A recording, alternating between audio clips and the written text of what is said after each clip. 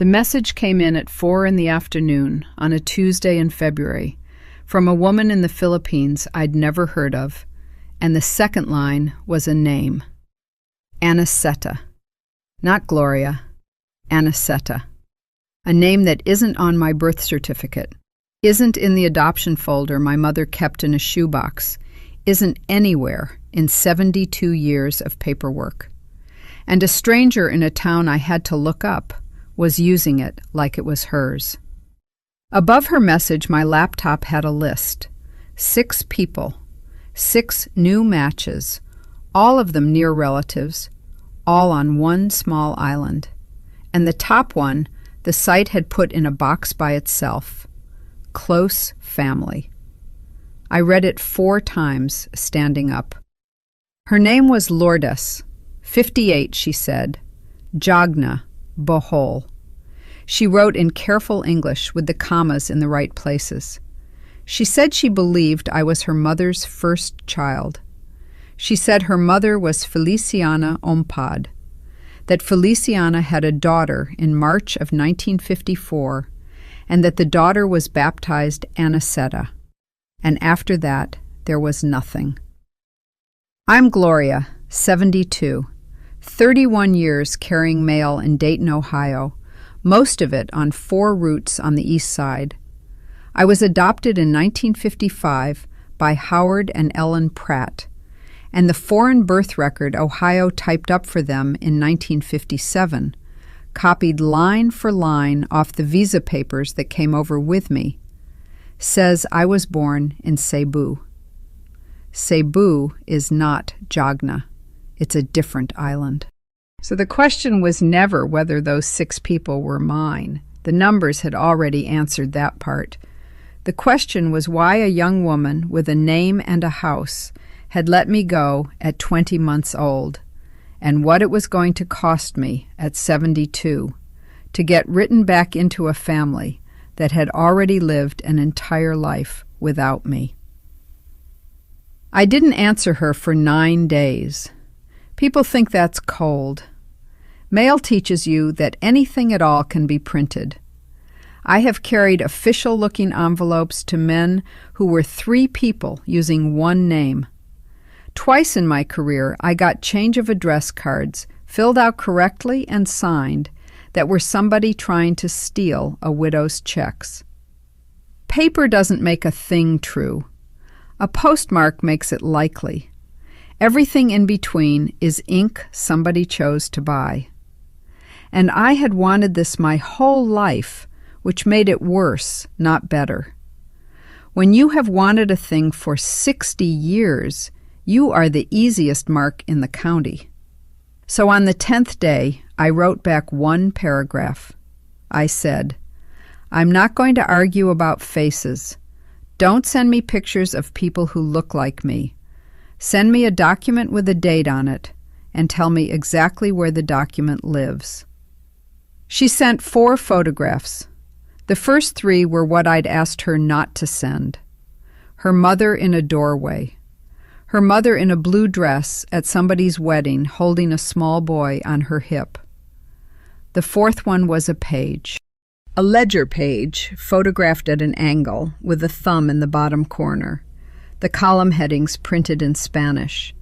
The entries in brown ink, in a slanted hand, 4 or 5 to the page, some of them gone soft where the paper had been damp for 70 years. She'd circled entry number 41 in pencil. Date of baptism, the 11th of April, 1954.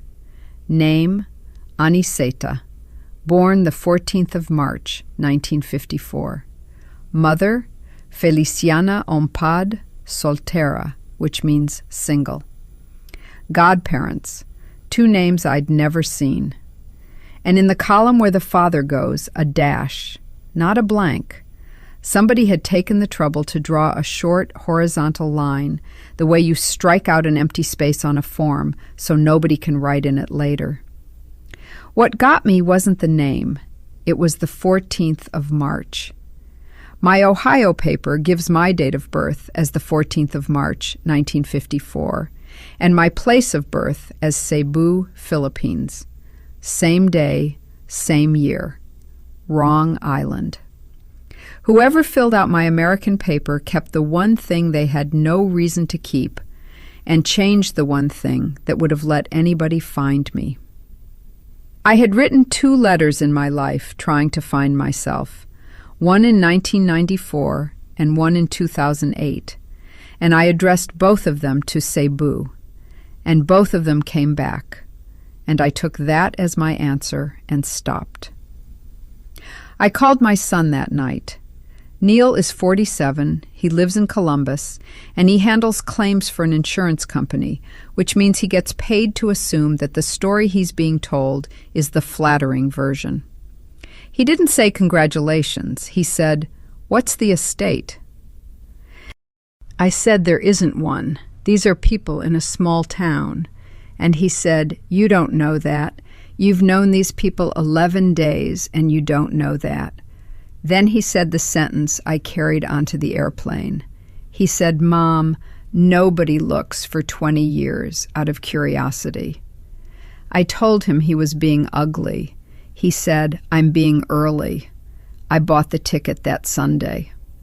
$1,384, Dayton to Detroit to Seoul to Manila, then a small plane down to Tagbilaran in the morning. I did the free travel registration on my phone 3 days out, the way they make you now, and I told Lourdes not to meet me at the airport. She asked why. I said because I wanted to arrive on my own feet in a town I'd never been to. That was pride mostly, but I'd been handed to strangers once already without being consulted, and I was going to walk into this one myself. I got my 30 days stamped in Manila at dawn on the 19th of May. I was in Tagbilaran before noon, and I took a bus. There's a terminal there called Dao, and a woman sold me a ticket for 120 pesos, a little over $2, and the bus went out along the coast road with the windows open. 2.5 hours through Baclayon and Loai and Lila and Dimiao, and it rained twice, hard and short, the kind that comes down like somebody emptied a bucket off a roof and then quits and steams. I watched the water the whole way and could not have told you what I was looking at.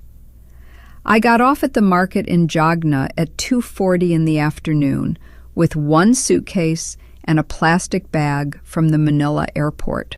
Jagna is about 36,000 people, spread over 33 barangays, with a port where a boat leaves for Mindanao at 10 o'clock at night, and a market that smells like fish and diesel and cut grass. There's nothing there for a tourist to do except live.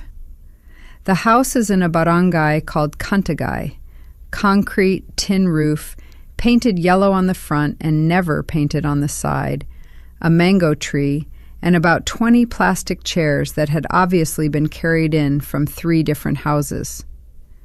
There were more than 20 people in that yard, and I couldn't tell you now what most of them said. 6 of them were mine. Bonifacio, 68. Teofilo, 66. Estrella, 64. Danilo, 62. Nenita, 60. Lourdes, 58. Bonifacio is short and thick through the shoulders, with hands like a man who's been doing something with them since he was 9, and a shirt with a collar he had ironed himself badly that morning. He stood up when I came through the gate. Everybody else stopped talking, and he said one word, Aniceta. Then he said a whole sentence in Boholano, and Lourdes said it over in English for me. He'd said, "This is Aniceta. She is the first." That's the piece I'd gotten on 4 airplanes for. A man I'd never met, in a language I don't speak, saying a name out loud that I had learned 3 months earlier off a photograph of a book, and saying it like it had been sitting in his mouth for years, because it had. Then he did the other thing. He called me Manang. In that part of the country, you call the older one Manang if she's a woman, Manong if he's a man. It isn't a nickname, it's a placement. Everybody in Jagna calls Bonifacio Nong Boning. I couldn't. He's 4 years younger than me. It took me 2 days to understand that it ran the other way for the first time in my life. 72 years old, and I had never once been anybody's older sister. We ate. Somebody's grandson took a photograph of my hand next to Estrella's hand on the table, and I have looked at that picture more times than I'd like to say, because we have the same crooked little finger, and I did not know until I was 72 that a crooked little finger was a thing a person could get from somebody. That night, when it thinned out to maybe 9 of us under the light, I asked. I said, "Why did she give me away?" And everybody at that table found something to do with their hands. Estrella said it was a hard time back then. You don't know how hard. Teofilo said Nanay loved me. Nanay always loved me, which is a thing you can say about a person you never once heard mention my existence. Danilo looked at the table. Nanita got up for more rice that nobody had asked for. Lourdes started crying and said, "I don't know, Manang. I wasn't born." And Bonifacio, who had a plate in front of him he hadn't touched, said, "Eat first." They had rehearsed the welcome. Every one of them had rehearsed the welcome. The chairs from 3 houses, the iron shirt, the boy with the camera, the sentence in 2 languages. Nobody had rehearsed the answer. And a man who says eat first isn't being rude to you. He's buying time. I've delivered enough bad news through a mail slot to know what buying time looks like from the outside. So on the 3rd day, I stopped listening to people at a table and went and looked for a piece of paper. I went to the municipal hall and asked for a record. Understand what I am. My working life ran on one principle. If a thing is not in the system, it does not move. You can stand at my window and cry, and it will not move. I have never been able to feel my way through a problem. I go find the file. The civil registrar's office in Jagna is a room off a corridor with a standing fan, 2 desks, and a shelf of hard-bound ledgers with the years written on the spines in marker. A woman about 40 took my request, got the 1954 book down, put it flat on the counter, and turned pages with the back of her wrist because her hands were dusty. 1954 is there, the whole year, in order. There is no Aniceta Ompad in it. There is no female child with that surname registered in Jagna in 1954 at all. The woman looked twice, then got the 1955 book down in case somebody had been late, and there was nothing in that either. I said thank you and went out and sat on the steps. I was not born here on paper. I was not born anywhere on paper. There is a country that says I was born in a city I have never set foot in, and there is a town that says nothing about me whatsoever. And between the 2 of them, for 72 years, I did not legally begin. The parish is up the hill, St. Michael the Archangel, a church they started in 1631, stone walls 3 feet thick. Behind the sacristy, there's a room where the old books live. Since the earthquake in 2013, a lot of them spent 6 years in tin boxes with tape on the lids, and not all of them went back on the shelf in the right order. And I'm not going to tell you anything of mine was lost, because it wasn't. But I watched the secretary open 3 boxes before she found the right one, and I thought, this is what the last 70 years look like from underneath. I paid 300 pesos, about $5, and asked for a certified copy for general reference. They said 5 working days. It took 6.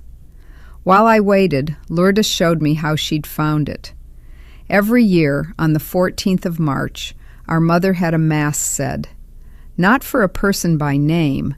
The parish keeps a book of intentions, and theirs runs back to 1985.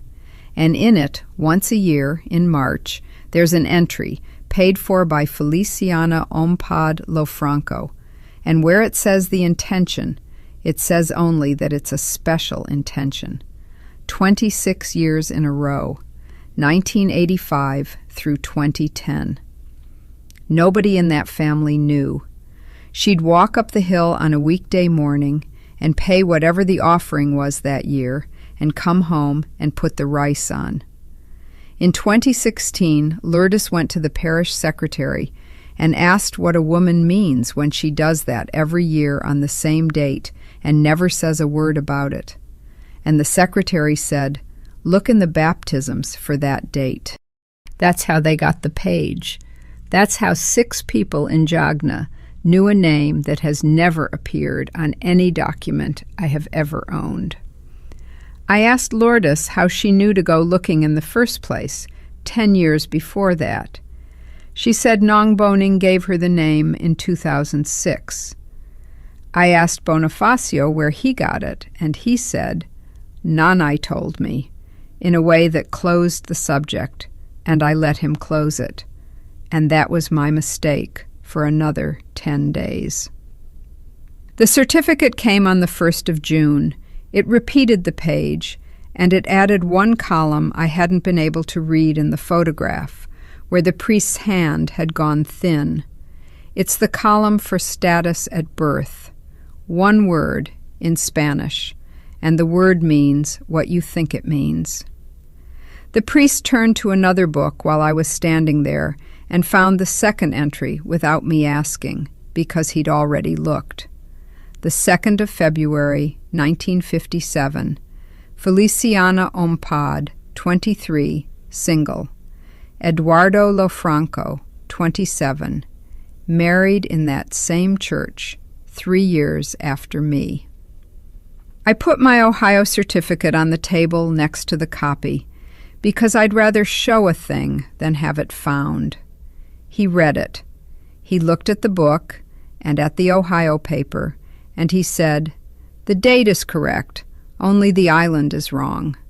And I said, "That's not a mistake. A mistake gets the date wrong, too." Now, the family had a word for what happened to me. I'd heard it twice at that table already, from Estrella both times, in English, for my benefit. They took her. Americans took her. She said it the way you say a thing you've believed since you were a girl, with no doubt in it at all, and Bonifacio sat right there and did not correct her. But taking doesn't leave a dash, and taking doesn't leave a wedding 3 years later in the same building, in front of the same priest, with the bride written down as single and nobody in the room saying otherwise. On the 2nd of June, the phone went off at 10 after 5 in the morning. Dayton is 12 hours behind Jagna, so it was 5 in the afternoon at Neil's desk, and he'd been on the DNA site for a week doing what he does for a living, which is read numbers until they stop flattering somebody. He said, "Get a pen." He read me 6 figures. Bonifacio, 1,842. Teofilo, 1,611. Estrella, 1,780. Danilo, 1,652. Ninita, 1,724. Lourdes, 1,703. Those are centimorgans. It's a unit for how much DNA 2 people share. I'd looked at those numbers 100 times and read them the way you read a phone bill, which is to say I looked at the words next to them instead. The words next to Bonifacio said, "close family," and underneath, in gray, the site listed what that could mean, and the first thing on the list was brother. Neil said, full brothers and sisters averaged 2,613, and the documented range for full siblings starts at 1,613 and goes up from there. Then he said, half-brothers and half-sisters and aunts and uncles and grandparents all sit together in one band that averages 1,759, running from about 1,160 up to about 2,400. Every one of my 6 sits in the middle of that second band. Not one of them is anywhere near 2,600. And Teofilo, at 1611, is 2 points underneath the bottom edge of the full sibling range entirely. Then he stopped reading me numbers. The site had split me roughly in half. About half of me comes back Filipino. The other half comes back European, broken into 4 or 5 pieces the way an American gets broken up. Those 6 don't have a European half. Their results look like what you'd expect from 2 Filipino parents. If we had the same mother and the same father, they would carry the same half I carry, and they don't. Neil said, "You're not their sister, Mom. You're their half-sister. Same mother, different father. And your father wasn't Filipino." Then he said, "Which means she didn't lose you. She had you with somebody else." I sat on the edge of that guest house bed until the light came up. 900 pesos a night, a fan, a window that looked down toward the port where the boat for Cagayan de Oro sits until 10 at night. Somebody down the road said "Mahjong buntag" to somebody else, which is good morning the way they say it on Bohol, with a J in it where the rest of the country puts a Y. And I remember thinking, in the stupidest voice you've ever heard inside your own head, I don't even talk right here. I walked to Cantigay at 6:30 with the 6 numbers written on the back of the guest house receipt. Bonifacio takes his coffee out on the porch alone at that hour, which is why I went then. I put the receipt down on the little table between us, and I said, "We don't have the same father." He picked it up. He held it out at arm's length, the way you do at 68 without your glasses. Then he put it back down and squared it up with 2 fingers so the edges lined up with the edge of the table, which is a thing I've watched him do with every piece of paper he has ever touched. And he said, "I know." I said, "Since when?"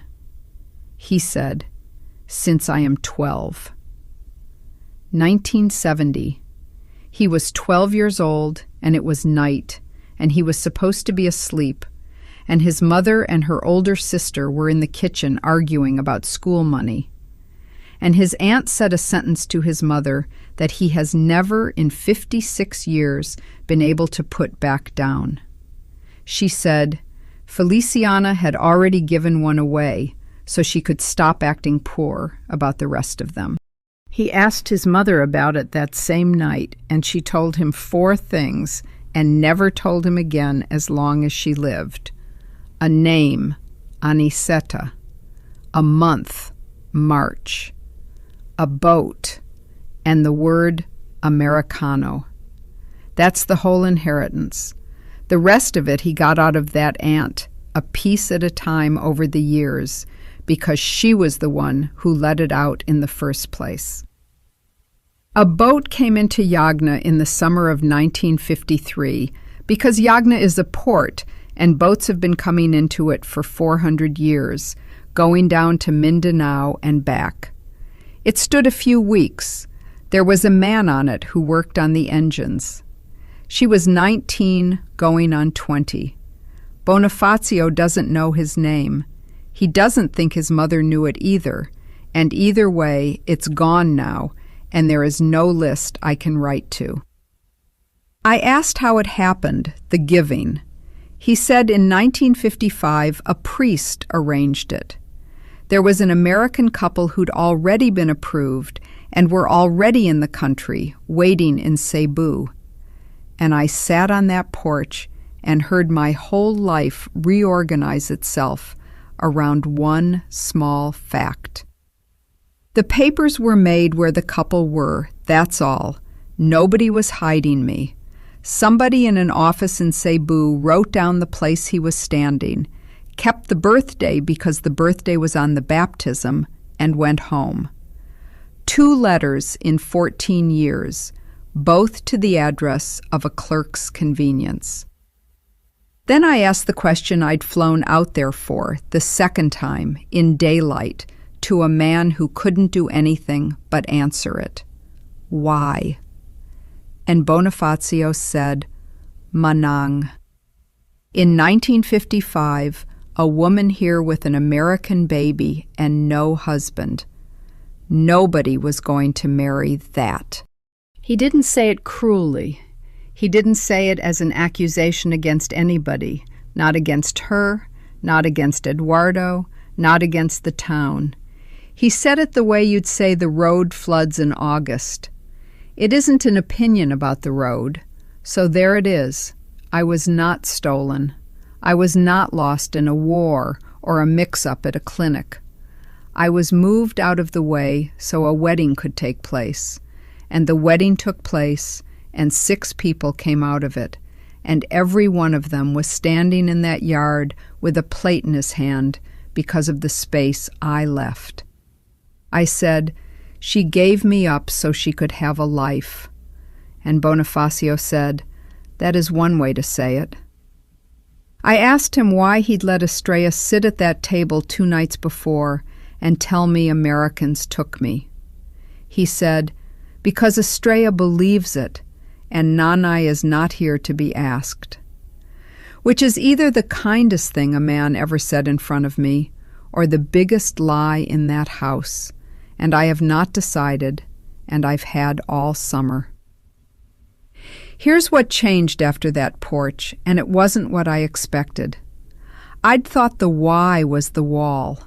I got over the wall in a morning and found there was nothing on the other side to hold on to.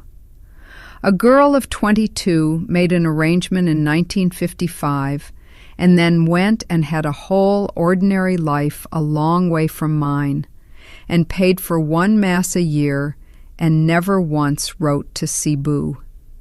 That isn't a story. That's just what happened.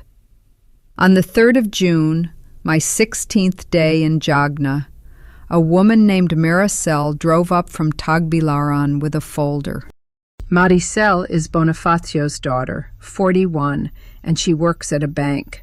She's the only person in that family who says a number out loud without lowering her voice first. And say what you like about her, she has spent 15 years doing paperwork that 6 people over 60 would not do. She's also the one who bought the DNA kits, 2 years before my own results ever came back, 6 of them on her card at the bank, because she was the only one in that family who had a card. She put the folder on the table and said, Tita, we should talk about the property. My mother died on the 9th of March 2011 at 77. Eduardo had been gone 6 years before her. Everything that matters was in her name alone because the land came down from her own father and never went into anybody else's. There are 2 pieces, 412 square meters in Cantagay with the house on it, and 1 2/10 hectares of coconut up in a barangay called Mayana, on a road I went up once and would not care to go up again in the rain.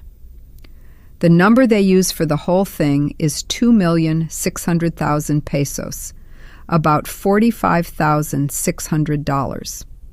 If that sounds low to you, Jagna is a third-class municipality where better than 1/3 of the households are counted as poor, and that is the entire ceiling of what my mother ever had.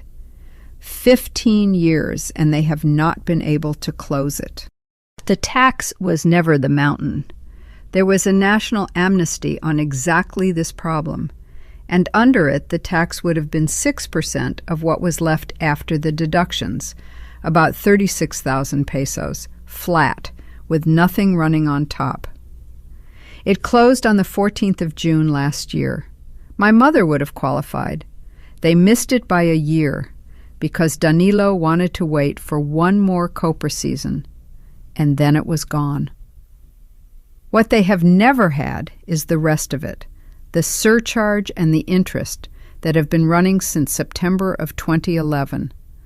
The notice you have to run in a Tagbilaran paper 3 weeks in a row, a surveyor to cut 2 parcels 6 ways, the transfer tax, the registration. Every year they wait, it gets bigger. So the title is still in the name of a woman who has been gone 15 years, and the house has 6 owners and no owner. Maricel put her hand flat on the folder. She said, "Tita, if you are Lola Feliciana's daughter, then you have a share." Lourdes said, "Not now."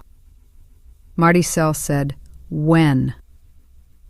I went to Tagbilaran that Thursday and paid 2,500 pesos for an hour with an attorney named Racho in an office over a pharmacy with a window unit and a certificate on the wall from 1994.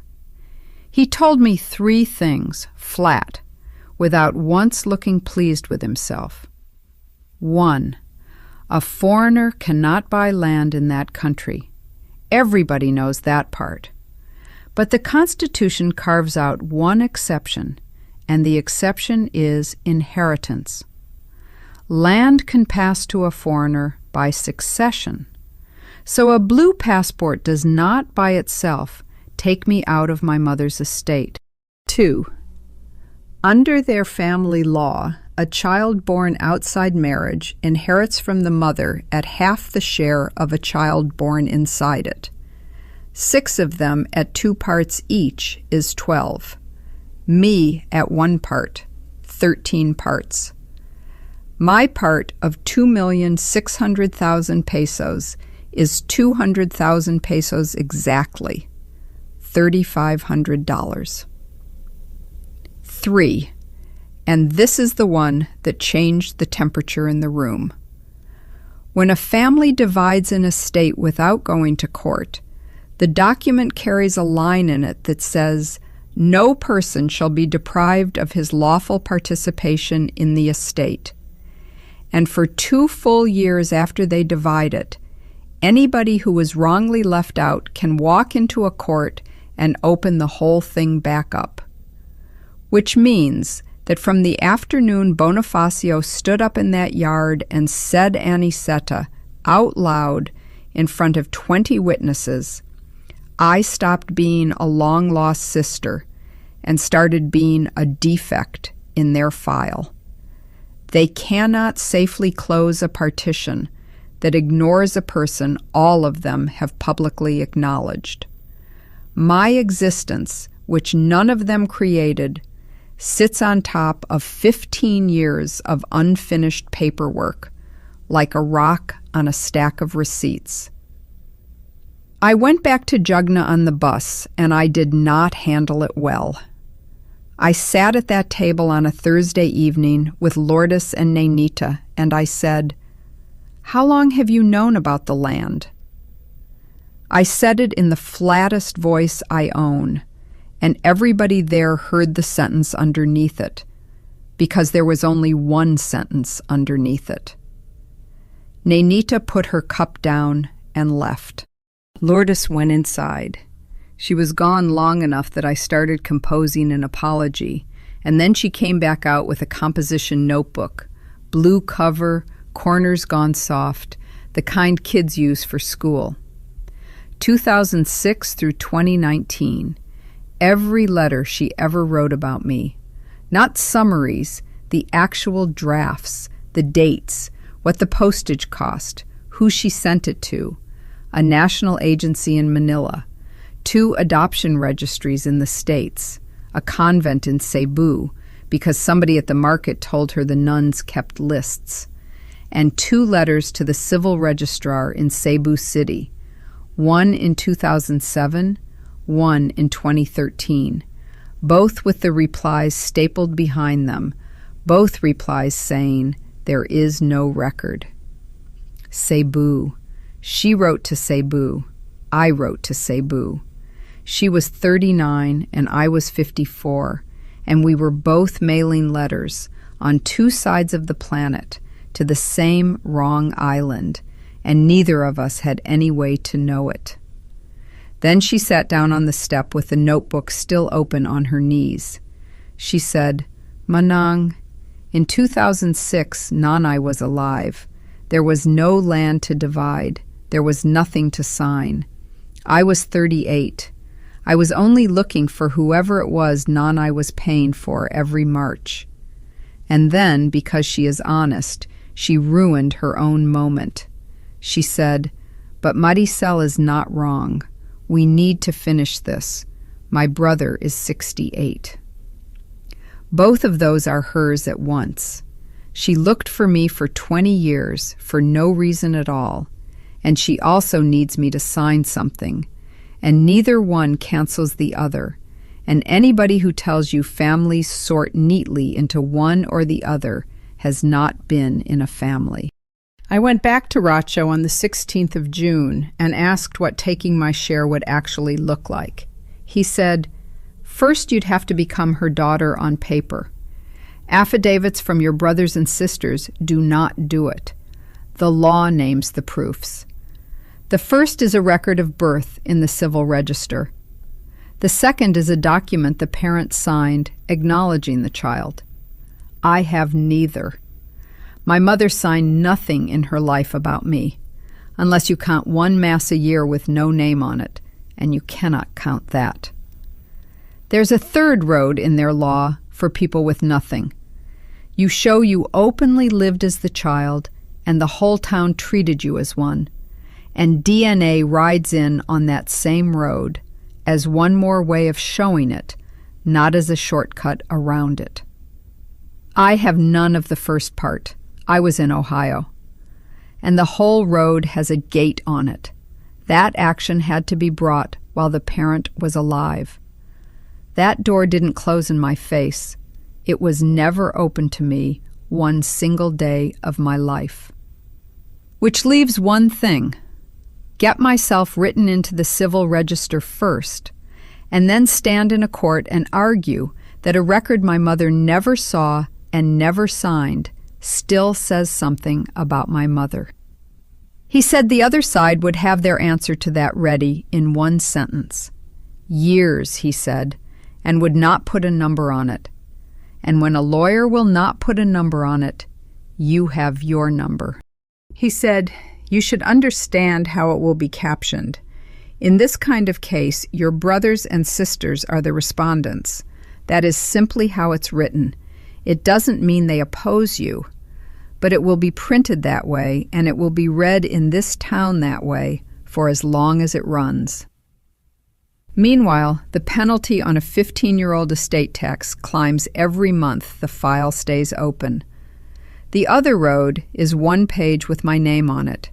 I renounce. They close it, they pay what they can pay, they get the clearance from the tax bureau, and the title finally moves off a woman who has been gone since 2011. He told me the form of it matters. If I write that I renounce in favor of Bonifacio or in favor of my brothers and sisters by name, then legally I've made them a gift. At my size, the tax on that gift would be nothing, because the first $250,000 a year is free. But a gift is its own return at the tax bureau, its own clearance, its own line to stand in, and this file is already 15 years late. If I simply renounce and name nobody, the share goes back into the pot on its own. They end up with the identical thing, and nothing new gets opened. 16 words of difference on 1 page. Another year of that office, or none. I had until the 17th of July. That same afternoon in Tagbilaran, I paid at the immigration office for 29 days on top of my 30, And past 59 days, you have to register for a card, and a card means you are not visiting anymore. So I had 4 weeks and a plane ticket. I asked Bonifacio what he wanted me to do. He said, "Whatever you decide, Manang," which is not help, which is a man handing you a knife handle first and stepping back so that whatever happens next, it happened to him. And I'll do my own arithmetic out loud because somebody else is going to do it about me anyway. That trip cost me a little under $3,000 all in. The share was $3,500. I could fight my brothers and sisters in a court in Tagbilaran for 4 years, and if I won every round, clear about the price of the airplane ticket that got me there. And the ugly part, I'll say myself, because small money is exactly where people lie to themselves and call it principle. If my share had been $80,000, I do not know what I would have done. I don't get to find out, and neither do you, and I am not going to stand here and be noble about a number that never got tested. What I knew was this: I did not cross the Pacific for a coconut lot in the hills I'd never see again. I came for a line in a book. So before I signed anything, I went and asked the municipality of Jagna to register my birth, 72 years late. They can do that. There's no age limit on it. That country has millions of people walking around who were never written down, and there's a whole procedure for it. The list is 6 items long. A live birth form, Municipal Form 102 in 4 copies. A notarized affidavit explaining why the registration is 72 years late. A certification from the statistics office in Manila saying no record of me exists, which I picked up in Tagbilaran for 155 pesos. The parish certificate. A certification from the barangay of Cantagay, and an affidavit from 2 disinterested persons who know the circumstances of the birth, meaning 2 people who are not relatives, who have nothing to gain, and who were there. In 1954, Manang Pasing Oxtero is 87. In March of 1954, she was 15, and her aunt was the woman who attended births in that barangay, and Pasing carried the water and the cloth and did what she was told. She remembers a baby at the Ompad house that spring, and that the eyes were light, and the grandmother sitting out in the yard with it in the afternoon.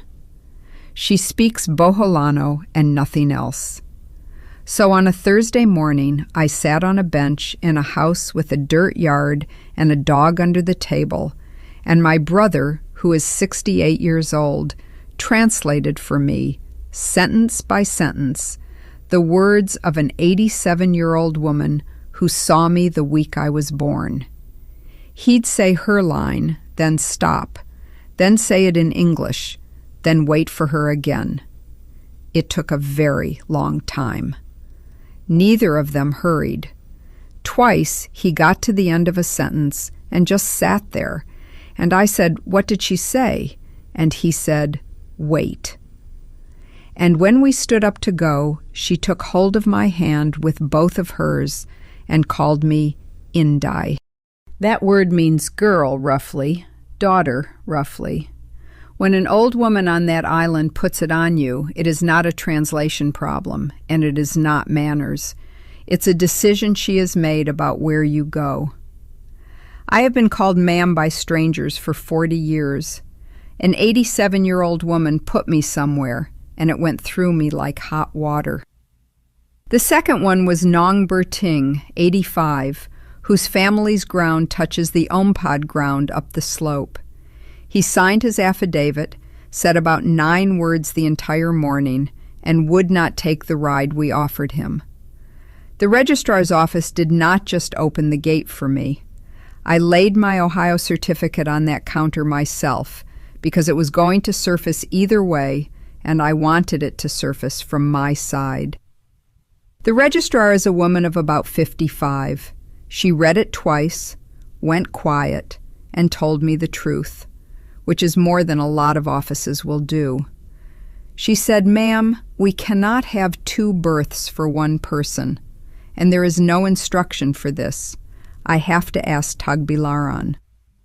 She was right. She had nothing in her instructions for a woman holding a foreign document that describes a birth that did not happen where it says it happened. She told me to come back. I signed the renunciation on the 23rd of June in Racho's office over the pharmacy with a notary who stamped everything twice. 1 page, no names in it. I do not accept my share of the estate of Feliciana Ompadla Franco. That's the whole content of it.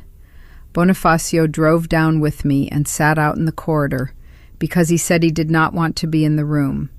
And Maricel came from the bank on her lunch and stood by the door and cried, which I had not expected out of her, and which I think about more than the signature. Then I went back to the registrar on the 30th with a paragraph Racho had drafted, in which I state under oath what the Ohio document is, how it came to say Cebu, and that I have never been registered anywhere in the Philippines under any name. That paragraph is what got it through, not the DNA, not the 6 of them, a paragraph. They typed my name on a sheet and taped it to the corkboard by the door for 10 straight days, with 3 other names, which is what the rules require, so that anybody with an objection can come in and make it. Aniceta Ompad, born the 14th of March, 1954, Barangay Cantagay. I walked past that board twice. Nobody objected. Nobody in that town had thought about me in 71 years. On the 13th of July, they gave me a registry number, a certified local copy, an official receipt, and a claim stub.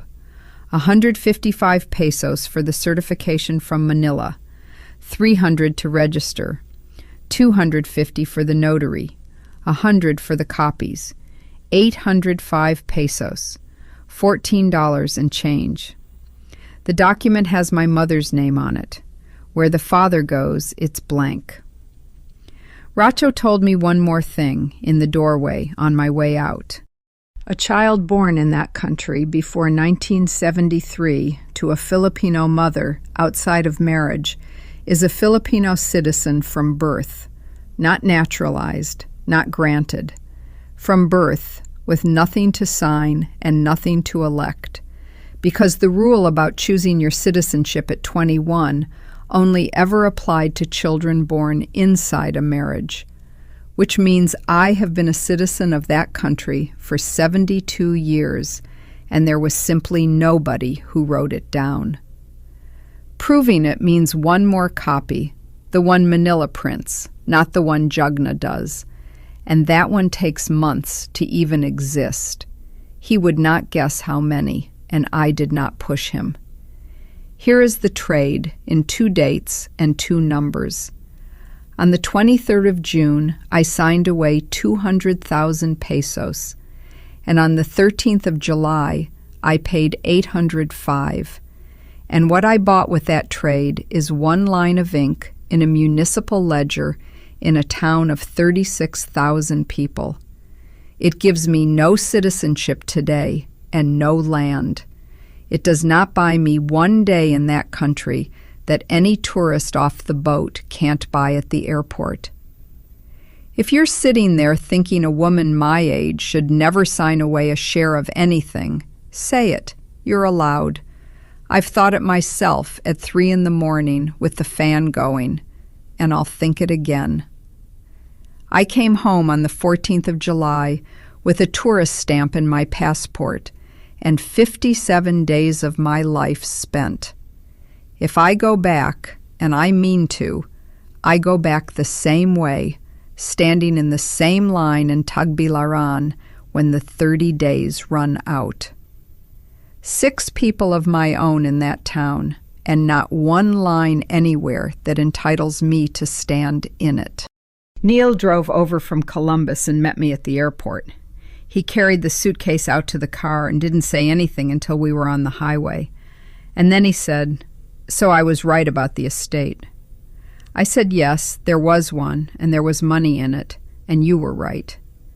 He said, "And wrong about the people." I said yes. He hasn't brought it up since, which from Neil is an apology with a bow on it. They filed the settlement in August. The tax, the interest, the newspaper notice, the surveyor, and the transfer fees came to a little over 260,000 pesos, and they're paying it in pieces, which is more than my share would have been, and I've decided that's a coincidence and not a lesson. Bonifacio sends me a photograph of a receipt every time they pay one, with no message attached, because he understood me better in 8 weeks than most people manage in 8 years. The second DNA kit is on my kitchen table, still in the box. I ordered it from the guest house in June, the one that prints the words out plainly instead of guessing, and it was in my mailbox when I got home, and I haven't opened it. I know what it'll say. Half-sibling, 2 words, in English. I want to know, and I'm not there yet. And I have my answer, which is the strangest part of being home. I asked one question my whole life, and I got it answered on a porch in June by a man drinking coffee, and it sits in me like a swallowed coin. A girl of 22 did an ordinary thing in a hard year, and it cost me everything. And it cost her, as far as anyone can prove, 1 Mass a year, every March. There is one thing in this I have not been able to put down. There's no photograph of my mother from before 1957. Not one exists. In every picture that family owns, she's holding one of the 6, and she is looking at the camera like a woman with a job to do. The 3 years where I was is a stretch of her life that nobody photographed and nobody discussed, and she never once said a name out loud. And the paper I traded my inheritance for has a blank line on it. I went 72 years and through 6 windows in 3 offices, and what I got officially agrees with the only thing I already knew. Half of me has no name on it, and there is no boat left to ask. Every day around 20 till 12, I walk down to my mailbox, because that's when my old route would have hit my own street, and I have never once been able to break the habit. 31 years I put other people's letters into other people's boxes and went on to the next house without slowing down. Now I'm the one at the window, waiting on one envelope out of Manila with my mother's name typed inside it, and I have no idea what month it comes. So tell me which one you'd have put your name to, the 200,000 or the line with her name.